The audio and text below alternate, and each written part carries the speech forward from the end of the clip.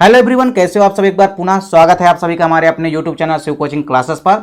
उम्मीद करते हैं दोस्तों आप सभी बेहतर होंगे, मस्त होंगे, आप सभी की पढ़ाई भी अच्छे ढंग से चल रही होगी। आज की इस वीडियो में हम देखेंगे class 11th biology NCERT chapter 1। दोस्तों जैसा कि आपको पता है हमारा चैप्टर 1 चल रहा है। आज की इस वीडियो में हम देखेंगे जीवों में नामकरण हेतु दिशा निर्देश, मतलब जीवों के जो वैज्ञानिक नाम होते हैं यानी साइंटिफिक नेम होते हैं उनके लिखने के या उनके कई सारे नियम होते हैं या आप कह सकते हो गाइडलाइन जिनको कहते हैं, मतलब कई सारे दिशा निर्देश होते हैं। तो वैज्ञानिक नामकरण करते समय इन सभी दिशा निर्देश का पालन करना होता है। तो वैज्ञानिक नामकरण करते समय कई सारे दिशा निर्देश को फॉलो किया जाता है, जिनको हम क्रमशः आज की इस वीडियो में आपको बताएंगे। और इसके पहले यदि हम आपको बता दें कि यदि आप चैनल पर नए हैं तो चैनल को सब्सक्राइब अवश्य कर लें और साथ ही साथ बेल आइकन प्रेस कर लें। देखिए इसके पहले हमने चैप्टर 1 की 2 से 3 वीडियो प्रोवाइड करा दी है। यदि अभी तक आप नहीं देखे हैं तो आप प्लेलिस्ट में जाकर के देख सकते हैं। आइए सीधे वीडियो को शुरू करते हैं। देखिए यदि हम बात करते हैं किसी भी जीवों में नोमेनक्लेचर की, यानी कि नामकरण हेतु जो भी गाइडलाइन या दिशा निर्देश है, तो यहाँ पे सिंपल से टॉपिक है। कई सारे यहाँ पे लगभग 8 से 9 ऐसे रूल्स हैं जिनको कि फॉलो करना होता है वैज्ञानिक नामकरण करते समय। देखिए सबसे जो पहला नियम या पहला रूल है वो क्या है कि प्रत्येक जीव को एक वैज्ञानिक नाम दिया जाता है जो प्रजातीय एवं जातीय 2 शब्दों का बना होता है, और कभी कभी उपजातीय किस्म को प्रदर्शित करने हेतु तो तीसरा शब्द भी दिया जा सकता है। देखिए जब हमने आपको नामकरण पढ़ाया तो उसमें हमने आपको क्या बताया कि जो वैज्ञानिक नाम होता है तो पर्टिकुलर किसी भी जीव का हम ये कह सकते हैं कि यदि कोई, यहां पे आप ये समझ सकते हो कि जैसे कोई भी एक जीव है तो उसको संसार के सभी भागों में जो वैज्ञानिक नाम होता है उसी नाम से जाना जाएगा। मतलब एक ही वैज्ञानिक नाम से पूरे संसार में कोई भी जीव जाना जाएगा, क्योंकि किसी एक जीवधारी का एक ही वैज्ञानिक नाम हो सकता है। तो देखिए प्रत्येक जीवधारी को एक वैज्ञानिक नाम दिया जाता है, चाहे वो एनिमल्स हो चाहे वो प्लांट हो। जो प्रजातीय एवं जातीय नाम 2 शब्दों का बना होता है, जो कि 2 शब्दों से मिलकर बना होता है, जिसमें पहला जो शब्द होता है वो वंश का नाम होता है यानी प्रजातीय नाम होता है, और जो दूसरा नाम होता है वो किसका नाम होता है, जातीय नाम होता है। और यदि कभी कभी इनमें कुछ भी भिन्नता आ जाती है जिस कारण से तीसरा शब्द जिसको कि हम उपजाति कहते हैं इसको भी ऐड कर लिया जाता है। लेकिन मुख्य रूप से आपको क्या ध्यान में रखना है कि प्रत्येक जाति को एक वैज्ञानिक नाम दिया जाता है, प्रत्येक जीव को एक वैज्ञानिक नाम दिया जाता है जो कि 2 नामों से मिलकर बना होता है। मतलब आप ये कह सकते हैं कि किसी भी जीव का नाम जो है वो 2 नामों से मिलकर बना होता है, जिसमें पहला नाम उसके वंश को दर्शाता है और दूसरा नाम उसके जाति को दर्शाता है। तो यहां पे आप देख भी सकते हैं कि जैसे मान लीजिए कोई भी एनिमल्स है, जैसे यदि हम बात करते हैं किसकी, शेर की यदि हम बात करते हैं तो शेर का वैज्ञानिक नाम चूंकि क्या होता है, पैंथेरा लियो। तो यहाँ पे पैंथेरा क्या है, पैंथेरा जो है तो शेर का वंश है, और जो लियो है, लियो यहाँ पे क्या है, तो लियो जो होती है वह शेर की स्पीसीज यानी कि जाति होती है। तो पहला रूल्स आपको समझ में आ गया होगा वैज्ञानिक नामकरण का, कि वैज्ञानिक नामकरण में क्या होता है, किसी भी जीव के नाम में 2 नाम होते हैं। पहला नाम उसके वंशागत नाम होता है यानी जीनस का नाम होता है, और जो दूसरा नाम होता है वह उसके स्पीसीज यानी कि जाति के नाम को व्यक्त करता है। अब देखिए दूसरा रूल्स क्या है यहाँ पे कि कोई भी यदि वैज्ञानिक नाम है तो वैज्ञानिक नाम आपको याद रखना है कि हमेशा और हमेशा लैटिन भाषा के शब्दों का ही यूज किया जाता है। तो वैज्ञानिक नामकरण में हमेशा लैटिन भाषा के शब्दों का यूज किया जाता है। बाई चांस यदि लैटिन भाषा के अलावा यदि किसी शब्द की बात करें तो ग्रीक भाषा के शब्दों का यूज हो सकता है, लेकिन ओवरऑल अधिकतर जो है लैटिन भाषा के शब्दों का ही यूज किया जाता है। किसमें, किसी भी वैज्ञानिक नामकरण को करने के लिए। तो वैज्ञानिक नामकरण जो है हमेशा लैटिन भाषा के शब्दों का ही यूज किया जाता है। चलिए तीसरा रूल क्या है यहाँ पे कि जो वैज्ञानिक नाम होता है यह सदैव ही तिरछे अक्षरों में लिखा जाता है। आपको यहां पे आप एक एग्जाम्पल के थ्रू यहां पे आप समझ सकते हैं। देखिए जैसे यहां पे हमने शेर का यानी कि लायन का वैज्ञानिक नाम क्या होता है, तो लायन का जो वैज्ञानिक नाम होता है वो होता है पैंथेरा लियो। तो पैंथेरा लियो में यहां पे आपको क्या दिखाई दे रहा है कि चाहे वो आपका वंशागत नाम हो, देखिए पहला नाम किसका है, ये तो जीनस का नाम होता है यानी कि किसी भी जीवधारी के वंश का नाम होता है। तो वैज्ञानिक नाम में 2 ही नाम तो होते हैं, पहला नाम वंश को दर्शाता है मतलब जीनस को दर्शाता है, और दूसरा नाम किसको दर्शाता है, स्पीसीज को मतलब कि जाति को दर्शाता है। तो यहाँ पे जो पैंथेरा है वो क्या है, वो शेर की यहाँ पे जीनस है यानी कि वंश का नाम है, और लियो क्या है, लियो शेर का यहाँ पे स्पीसीज है यानी कि जाति है। तो देखिए वैज्ञानिक नाम सदैव तिरछे अक्षरों में लिखा जाता है।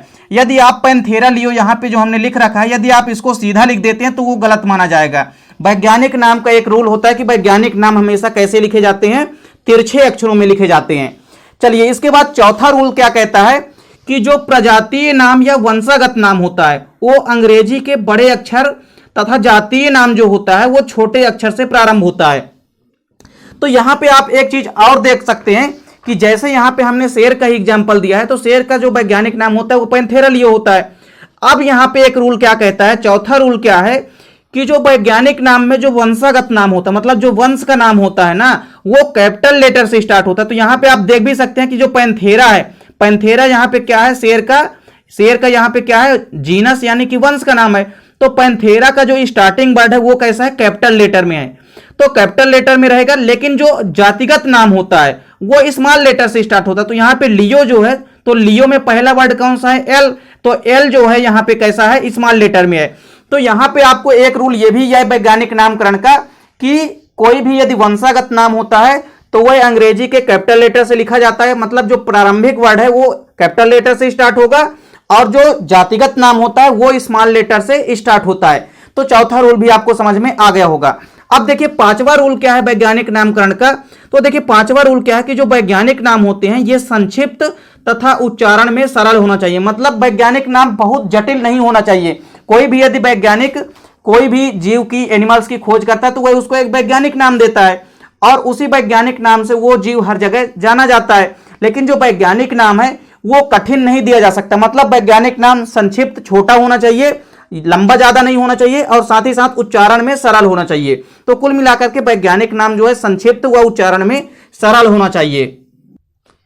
अगला रूल क्या कहता है कि जो प्रजातीय नाम है, मतलब जो वंश का नाम है, वो जातीय नाम से पहले लिखा जाता है। तो आप देख भी चुके हैं, जो कि कॉमन सी बात है कि जो वंश का नाम होता है वो पहले लिखा जाता है, और जाति का नाम जो है वंश के नाम के बाद में लिखा जाता है। जैसे आपने शेर में ही देखा है कि शेर का वैज्ञानिक नाम क्या होता है, पैंथेरा लियो होता है, जिसमें पैंथेरा क्या है, शेर का वंश है, तो पैंथेरा को पहले लिखते हैं और लियो को बाद में लिखते हैं। तो प्रजातीय नाम जो होता है वो जातीय नाम से पहले लिखा जाता है, मतलब जो वंशागत नाम होता है इसी को हम प्रजातीय नाम कहते हैं।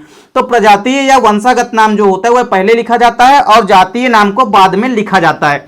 अगला रूल क्या कहता है कि जो वनस्पतिक नाम होता है वो जंतु नामकरण से भिन्न होना चाहिए। दोनों नामों में किसी प्रकार की समानता नहीं होनी चाहिए।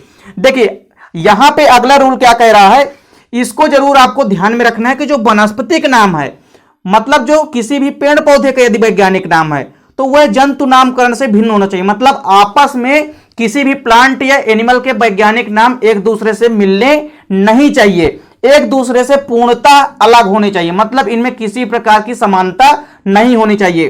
तो वनस्पतिक नामकरण जो होता है वह जंतु नामकरण से भिन्न होना चाहिए, और दोनों नामों में किसी भी प्रकार की समानता नहीं होनी चाहिए। अगला रूल क्या कहता है कि जो पादपों में वंश एवं जाति के समान नाम जो होते हैं वो मान्य माने जाते हैं, नहीं माने जाते हैं। पादपों में एक चीज आपको ध्यान में रखना है कि यदि वंश का नाम और जाति का नाम किसी भी, मान लीजिए प्लांट, कोई भी मान लीजिए प्लांट है, उसमें यदि वंश का नाम भी और जाति का नाम भी, दोनों का नाम यदि क्या हो गया, समान हो गया है, तो वो नाम मान्य नहीं माने जाएंगे। लेकिन इसके विपरीत यदि हम बात करते हैं जंतुओं में, तो जंतुओं में इस प्रकार के जो नाम होते हैं ना वो मान्य माने जाते हैं। तो इस प्रकार से आपको यहां पे क्या याद रखना है कि जो पादपों में वंश एवं जाति के नाम यदि एक समान हो जाते हैं तो वो किसी भी प्रकार से मान्य नहीं माने जाते हैं, लेकिन जंतुओं में इस प्रकार के नाम जो होते हैं वो मान्य माने जाते हैं। फॉर एग्जाम्पल यहां पे आप एक एग्जाम्पल समझ सकते हैं, जैसे जो कोबरा होता है, जो कोबरा सांप होता है, स्नेक होता है, इसका जो वैज्ञानिक नाम होता है वो होता है नाजा नाजा। मतलब इसका वंश का नाम भी नाजा है और इसके स्पीसीज यानी कि जाति का नाम भी क्या है, नाजा है। तो जंतुओं में, चूंकि जंतुओं में इस प्रकार के नाम जो है वो मान्य माने जाते हैं, मतलब यदि वंश का नाम भी क्या हो, समान हो, और जाति का नाम भी वही हो, तो जंतुओं में इस प्रकार के जो नाम होते हैं वो मान्य माने जाते हैं। लेकिन यदि किसी प्रकार से पादपों में यदि इस प्रकार की कंडीशन आ जाती है तो पादपों में इस प्रकार के जो नाम होते हैं, मतलब पादपों में समान नाम जो है वो मान्य नहीं माने जाते। एक और एग्जाम्पल आप देख सकते हैं एनिमल का, जैसे चूहा। चूहा का जो वैज्ञानिक नाम होता है वो होता है रेटस रेटस। तो देखिए यहां पे वंश का नाम भी रेटस है और जाति का नाम भी क्या है, रेटस है। तो यदि जाति का नाम और वंश का नाम दोनों यदि समान नाम है तो जंतुओं में इस प्रकार के मान जो होते हैं, इस प्रकार के नाम जो है वो मान्य माने जाते हैं। एक आखिरी रूल क्या है वैज्ञानिक नामकरण का कि जो प्रजातीय नाम होता है, प्रजातीय नाम एवं चाहे वो जातीय नाम हो, मतलब चाहे वो वंश का नाम हो चाहे वो जाति का नाम हो, 3 अक्षरों से छोटा नहीं होना चाहिए और 12 अक्षरों से बड़ा नहीं होना चाहिए। इन सब कंडीशन को ध्यान में रखते हुए कोई भी वैज्ञानिक जो है वैज्ञानिक नाम देता है। तो इस प्रकार से आपको यहां पे वैज्ञानिक नाम से संबंधित जो भी गाइडलाइन यानी कि दिशा निर्देश हैं, या जो भी आप कह सकते हैं कि जो भी रूल्स होते हैं वैज्ञानिक नामकरण लिखने के, इसको आपको फॉलो करना होता है। तो उम्मीद करता हूं दोस्तों वीडियो पसंद आई होगी। मिलते हैं दोस्तों नेक्स्ट वीडियो में, तब तक के लिए जय हिंद, वंदे मातरम।